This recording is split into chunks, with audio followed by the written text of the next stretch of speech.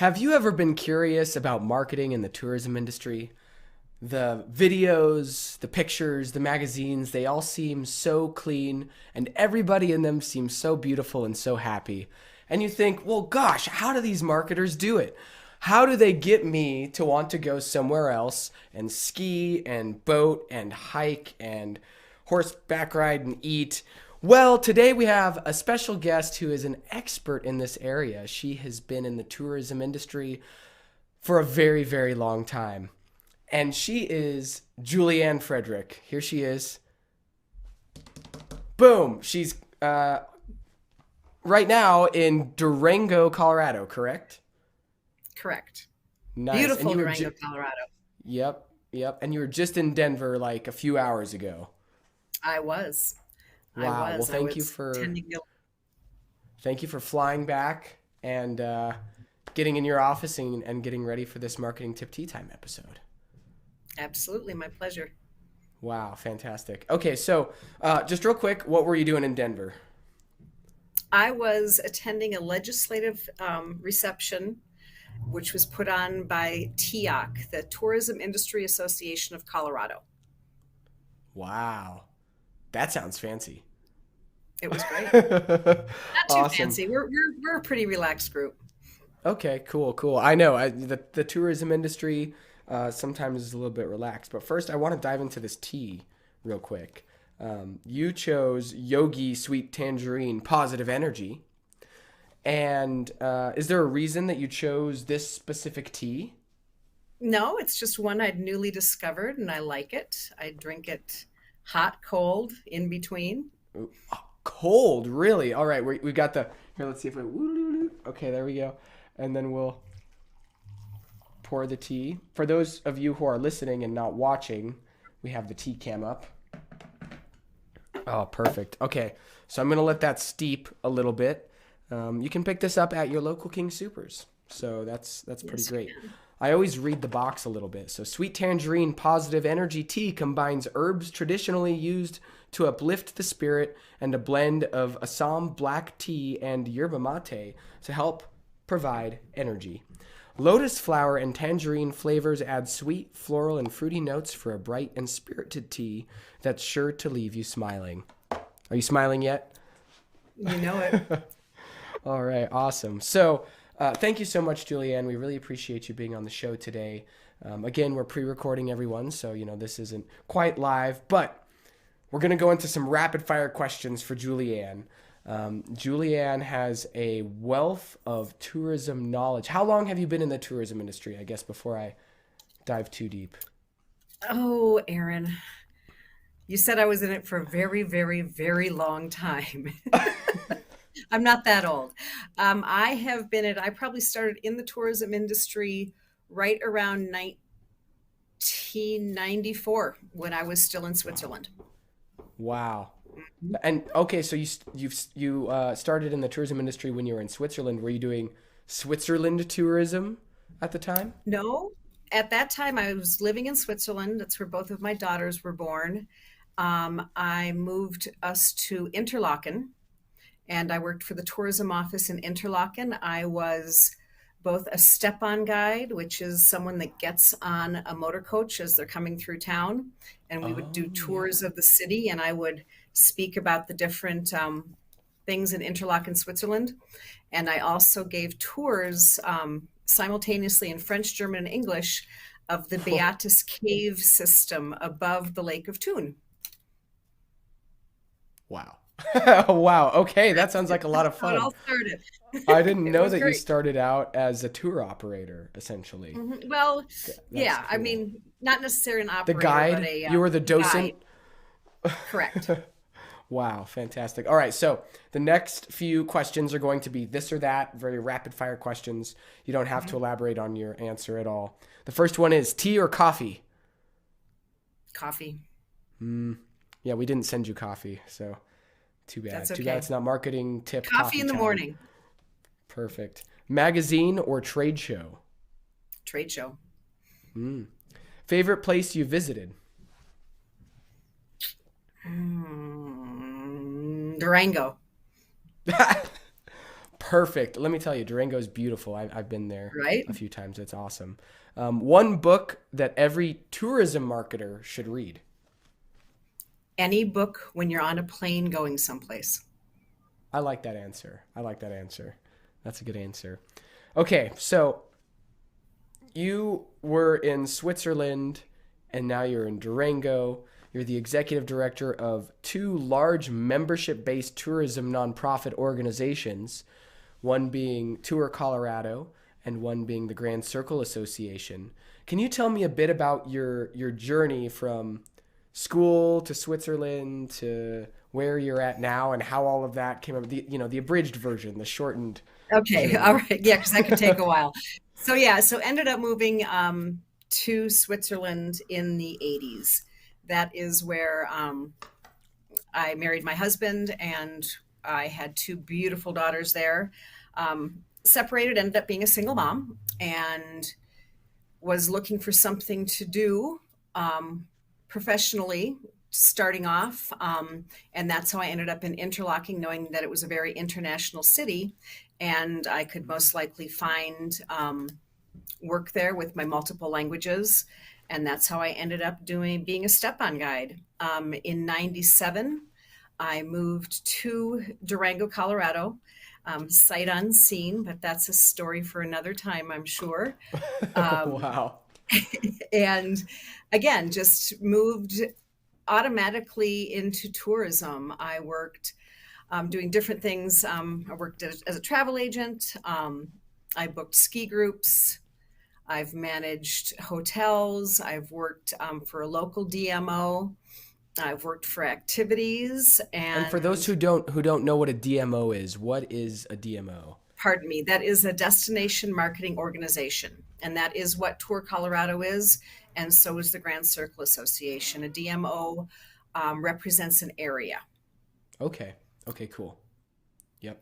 Um, and then, yeah, just kind of happened to be at the right place at the right time when a few positions came opened, and am very happy with what I'm doing right now. Wow. That was the abridged version. Thank you for some people are like, all right, we'll keep it short. And then, like, an hour later, they're still going. Um, No.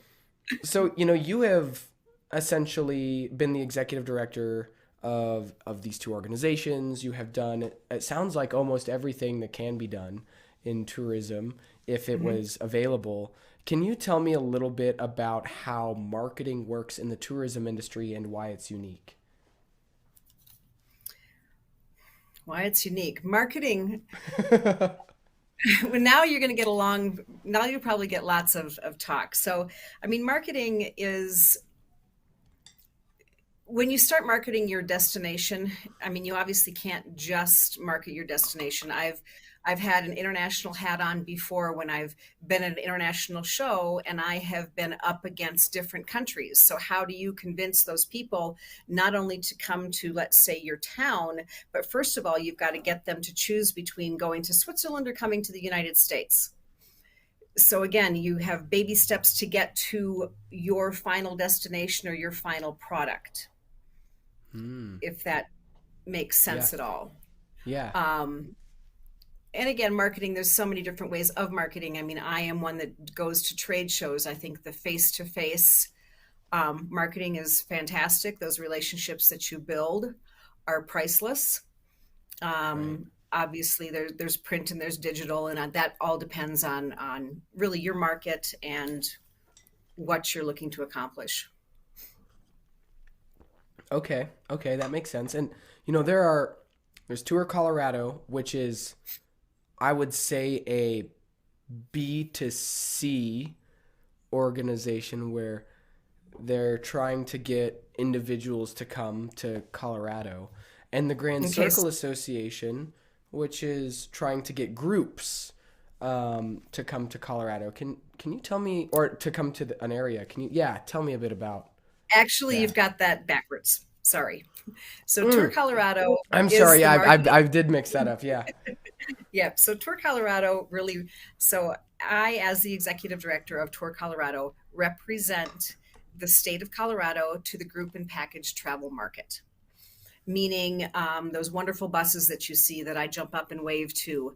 I go to the trade shows and I market to them. Any group planners looking to bring groups to Colorado, um, hopefully come through me and my members to plan their trips. We help in planning their itineraries through the trip, through the state, obviously finding lodging, um, restaurants, activities, anything that their groups need in the state. Typically, a group will stay 5 to 7 days in the state, which is Mm. obviously fantastic. It's not just a one-off and they come and go. Grand Circle Association, there we market more towards individuals traveling, and that is also international. Whereas Tour Colorado, I am charged with the domestic traveler, domestic groups that come through the area.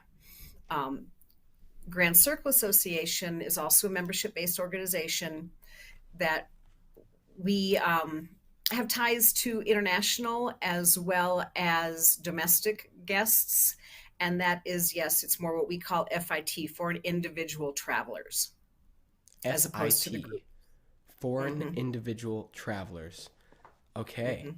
And, there's a lot of tactics that somebody can Mm-hmm. take to market their area for tourism. But what is one mistake that you see tourism marketers make that could be avoided? And how can they avoid that? What's something that you see as super common that you're like, oh, just don't do that every time you see it? Thinking that you're an island and not partnering with your neighbors, whether they be Mm, in your same area, whether they be across state lines.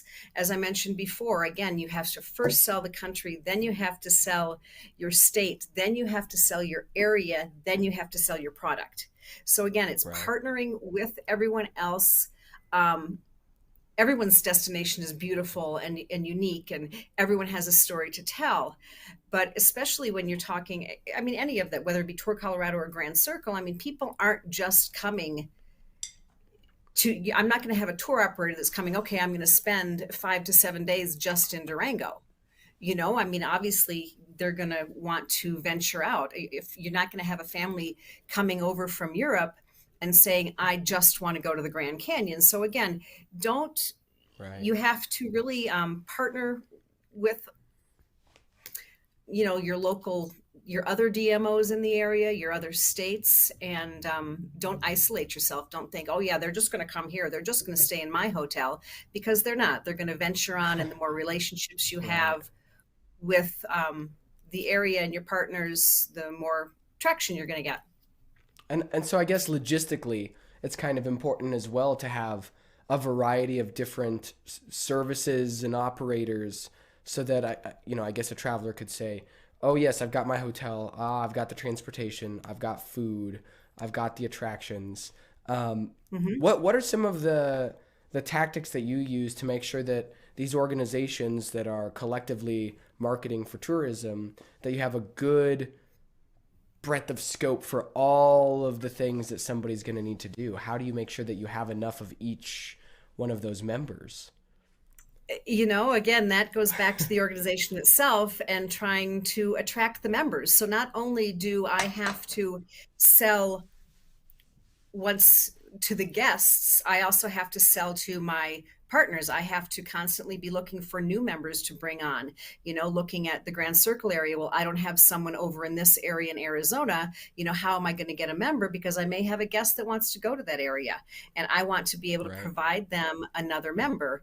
And as members in each organization, they also sell each other. If someone knows, oh, I'm going from Durango to the Grand Canyon, a member here in Durango or wherever would suggest one of our members in the Grand Canyon area. I get it. So there's a lot of, it sounds like relationships are really important so that even some of the specific providers of like a hotel or a restaurant, when somebody says, okay, I need this other thing, that the people in that organization will know also where to send those Correct. guests. Yep. Wow. Okay. So it's a Yep. huge It is network of people. huge, huge. And again, like I said, my job isn't only selling the areas, it is selling convincing, selling memberships. So I have more Yeah. product to offer the guests coming in. Okay. So, with these relationships and the network being so important, that probably means that trade shows are very important. Can you, give us a little insight into how important trade shows are, and then how you maximize your benefit from going to a trade show for these organizations? Sure. I'm actually about to head out to one next week. For Tour Colorado, I'll be attending the American Bus Association in Detroit next week. For Tour Colorado, our trade shows are operator. I meet with the different operators, the operators that are planning the itineraries to Colorado. For these trade shows, I will sit and I will meet with them. They are pre-scheduled appointments. So I spend a lot of time researching who I want to meet with. I get requests from different operators who want to meet with me. Um, and then have these pre-scheduled appointments at these shows. We also, as Tour Colorado, sponsor a booth where people come by. We have a beautiful map of Colorado, help them kind of visualize their itineraries and continue Mm. selling Tour Colorado and our members at that show. When I come back from these shows, that's when I gather my notes from what the tour operators are looking for. And I send those notes and contact information on to my different members. And they will then at that point take on, following up with them. I obviously follow up with them, but it's also for the individual members to say, oh, yeah, they're looking for a hotel in Colorado Springs. Great. So that's how, Mm. again, being a member of these organizations, you get the benefit of Tour Colorado representing the entire membership at a show, and you not having to take the time, the expense to go to the show yourself. That's Got why you it. kind of bring me in to do these things for you. Grand Circle Association in the past have done, and I'm new to this organization, but I know in the past have done some more international shows. And the same Mm. thing is true there. They will prep to meet with different operators and prep to meet with them, do their appointments, come back, and again, share those notes with the membership so then they can go ahead and book that business. Obviously, when you attend these shows as a hotelier or something, I mean, back when I was managing a hotel, I would go and I would actually sign contracts on the floor. But as Oh, a wow. DMO role, yeah, so again, That's totally cool. different. And but again, you don't have to do that with me. Then you can turn around and these operators will book with you once you are home or once I share those leads and they're there with you and you talk to them. You're building that relationship with them as well. Wow. So, actually, I'm going to take a quick break and say this tea is fantastic. Isn't It it lovely? tastes like tangerine. It's It's sunshiny. and it doesn't. It's not fake tasting, like Hmm. artificial. It tastes like tangerine. I was actually super surprised when I took my first sip. I'm glad. I would recommend this one. I would definitely recommend that one. Um, I guess one of my next questions is, when you go to these trade shows, what sort of sales and marketing collateral do you take with you to, grab people and attract them to your booth? Me. You, all right. No, Yeah. okay. Okay. No, Perfect. All as right. All right. There's the show, everyone. Thank you. No, I'm we're just done, kidding. right? So when I go to the show, for when I meet with the operators, I have what we call a one-page profile sheet. It's a front and back, just a one-sheeter that we give when we're sitting down with the operators. That is my profile of Tour Colorado. Obviously, I can't mention all of my members on this sheet. There's typically a map of the area of Colorado so people can I can help them plan their itineraries using that. Links back to our website. And that is when I'm meeting with the operators. Back in our booth, as I mentioned, I have a very large booth display, and it is a map of Colorado. And it's Okay. wonderful because I get so many people that just come back to the booth. And even if they're not planning a trip, they just look at it and say, oh, I want to go there with my family. I want to do this. And it's just a fantastic, very interactive. piece to have in our booth. We also have video running in our booth with our different members on it. I have different members that also, in between their appointments, will come to the booth. I have Mm, other people helping me in the booth, like, for example, when I'm taking my appointment. So the booth is always manned. We always have someone there to answer questions. gotcha. Wow. And I know that both Tour Colorado and Grand Circle Association have a travel planner that is Mhm. produced, which is a physical magazine. Is that something you take Correct. to trade shows? And tell me a little bit about the travel planner. It is. So to the trade shows for, again, the operators, I bring a handful, if you will. Um, Yeah. they they can't lug one from every. I mean, they have so many appointments, and they Oh, don't. yeah. They probably have a People come hundred by and take them appointments. for sure. Yep, exactly. And people request them. Yes, I generally mail them out afterward. Grand Circle Association. Now that travel planner is much more used, if you will, Okay. because it's, again, Yeah. individuals who are planning. Okay, so they're Gotcha. looking for it. There's a map in there, as there is in Tour Colorado. The individuals are more apt to use that with the Grand Circle Association. Both of them are downloadable on our websites. And I think that's more the trend these days than actually having the physical book in their hand. Right. Right. Can you tell me a little bit about how that travel planner is created and the logistics behind getting members to I assume get have their information in the travel planner? Correct. So, with both organizations, it is a membership benefit to be listed in the travel planner. We work with different publishers that create stories. We have maps, as I mentioned, in each one, stories that rotate. Even the cover pictures rotate with different areas of whether it be the Grand Circle or Colorado. Um, then the publisher obviously will go out and then sell advertising to our members if they're interested in getting more Mm, exposure in these publications. And yeah, it's just, again, just like our websites, it is a membership benefit to be listed in, and they're both beautiful magazines. Um, High quality, beautiful pictures really kind of lure people in. yeah. Um, and yeah, Cool.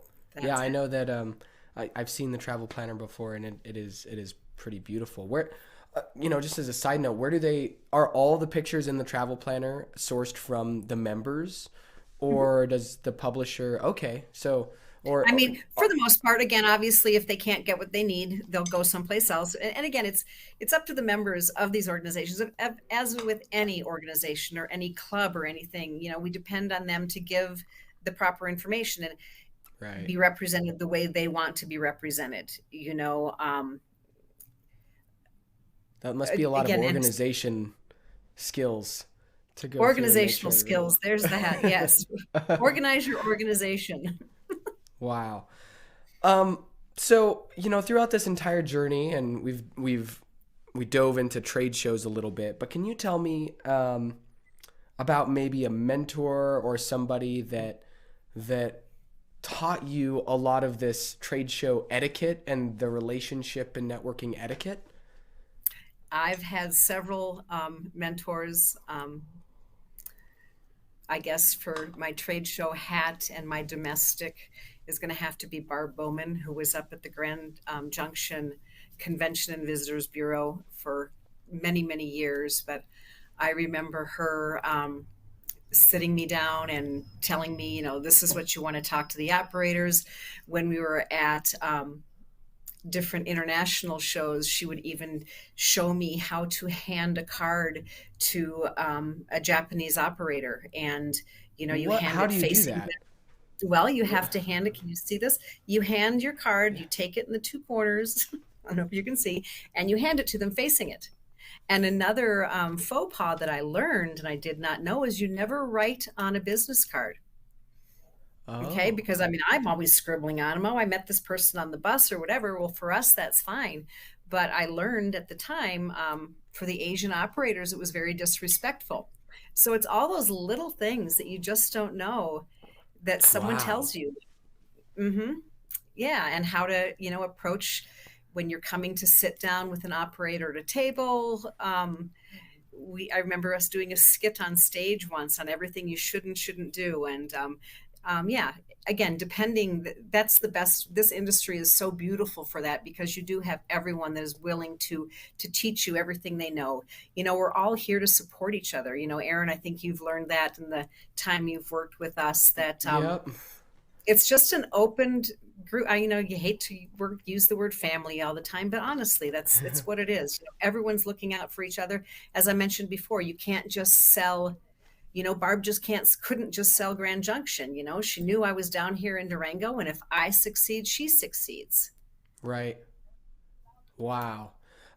That is called, we call that spilling the tea here on Marketing Tip Tea Time. I really like that little bit about how you give the card. I didn't even know that. So there have to be a million different cultural nuances to the way Mm-hmm. you approach people. Um, Mm-hmm. and you need a master to teach you, I guess, You as you're do. getting into that. Oh, Mm-hmm. wow. Okay, so with that's like a little, bit of information that I think anybody can really take when they're trying to do business internationally or with other cultures. But what is, and I guess a little bit of background about this question. A lot of our viewers are students or people who want to get into marketing. They're trying to learn. What would you say is a skill that future marketers should start honing in now, to get the job or to work with you or to work in the tourism industry, um, that would set them up for success? So, what is something they should be fostering now? Travel. Well, that was easy. I know that. I That know was you want too something easy. more. I know you want something more, but honestly, Oh, planning travel. Look, I mean, how do you plan your travel when you go out there? What are you looking for? Are you pulling up a website? Oh my gosh, that looks great. I want to go there. I'd say start noticing things when you're planning your travel. What makes you want to go to an area? What do you use? Are you picking up a physical travel planner, or are you going online and getting something? What is important to you when you're planning your trip, and what does that look like? um, for me, I think that's how I would suggest just starting. Finding a mentor, of course, is amazing, and there are some beautiful people out there that are just willing to help. And again, learning, if you're going into tourism specifically and you want to work with a destination marketing organization, I can't say it when I have to not DMO it. Really, on top of that, learn the different, because like I said, I work with my partners. I've got partners that are attractions, hotels, restaurants, and everything else. Learn about those businesses as well. What's important to them? When I go to a trade show, I know what it's like to work in a hotel. I know what the hotel needs from these groups, and the restaurants as well. You can't just send someone, oh, yeah, you need to be my partner. Oh, you only have 15 tables. Well, that's not going to work for a motor coach. So you really have to mm, know every little piece. Just don't say, oh, I want to go work for a DMO. With that, please look at every other piece of the industry that you're going to need to have some knowledge of in order to be a good destination representative. wow. So, the first thing is travel. I'm guessing that's some of your biggest advice is travel, travel, travel. Travel, get out there for sure. I mean, everyone needs to. It's just such a your world is the world is small, you know. Okay, yeah. Um, and there's so many beautiful people to learn from. There's so many different cultures. I mean, just think of the tea, Aaron, all Oh over the gosh, I world. know. All of the tea everywhere. Oh my gosh, I know. Yeah. We have been fortunate to have tried some really amazing teas on the show as well, from Okay. a few different. One of our craziest teas is we actually had to order from one of our past guests. They wanted a tea that was only sold at one shop in London, a very specific See? shop. We had to call and try And and they figure had that to out. travel to discover that tea, right? Yes, true. All That right. is true. And So, they hadn't I mean, they hadn't had a sip of that tea in years. So when we see? got it for them, they were like, "Oh my gosh, this is great." Right? Right? Now, Wow. Aaron, I have to ask you something. Do you have your Oh, oh, passport? oh God. Oh, I do. Yeah, I do have my Okay, passport. it's to Yep. current, so you could just get on a plane and go. I could. Yeah. Yeah. I have 2 more years on it, I believe. Yeah. Okay. Before I have to renew it. Yep. Do not let it expire. Yeah. Well, yeah, that's, we'll have to, I'll have to get that going. Um, wow. Okay. So travel, experience things, pay attention to what you yourself are doing when you're going through, the motions of travel. That's all some great, some fantastic advice. Do you have any other last tidbits that you want our audience to know? And then also, how can they connect with you? How can they connect with the organizations that you represent? You can go on our websites, tourcolorado.org, grandcircleassociation.org, two beautiful organizations, as I mentioned. Connect with me through there. All of my information is there. Last minute advice, just enjoy what you do. Okay. You can't sell something if you're going into sales, DMO sales, any type of tourism sales, you have to enjoy it. And this is an industry that is easy to enjoy. That I love going to work. I love what I do. And it makes life easier. It makes your guests comfortable. It makes the people that you are talking with and working with happy. Drink your positivity tea and just enjoy life. Yes, the positive energy tea. There it is. That is, again, spilling the tea on the tea here on Marketing Tip Tea Time. Thank you so much, Julianne. We really appreciate all the time you've given us today. And we know that you were sort of rushing back to your office to make the interview in time from Denver to Durango. So that must have been quite the journey. Glad you made it back safely. To all of our viewers, thank you. Please like, share, subscribe. If there's a friend that you have or an acquaintance or a stranger that you think might enjoy the show or might get some good information from any of the Marketing Tip Tea Times, please just, send it their way. Ask them to like and subscribe. Also, please comment in the comments, however you're watching or listening to this, on if you tried the tea, if you liked it, things that you liked about the show, things that you didn't like about the show. We always love the feedback. And please, if there's anyone you know that is an expert in marketing, send them our way. We would love to have them on the show. If there's a tea that you'd like highlighted, or if there's a topic that you'd like us to discuss, please reach out to us. You can comment, you can email us, you can call us, you can send smoke signals, whatever works for you. And I have to give some very special thanks to our team. Thank you to Bike Shop Agency, our production company. Thank you to Josh French, our technical producer, Phil Van Drunen, our producer, Peter Romero, who is our graphics and music supervisor, Alyssa and Sheridan Youngval, who did the set design. And thank you to everyone who has ever contributed to anything on the show, all of our past guests, all of our audience. We love you very much. And we really, truly did travel today a little bit on Marketing Tip Tea Time. We went through a fantastic story about how the tourism industry works and how it's a little bit different in tourism. It's a lot about the connections. It's a lot about the relationships. Trade shows are important. And also the super sexy graphics and magazines and happy people on social media. But let me tell you, we have another very special guest coming up for the next episode. So tune in 2 weeks on Friday. And until then, cheers, na zdraví. Thanks, Julianne. Cheers. Ciao, thank you.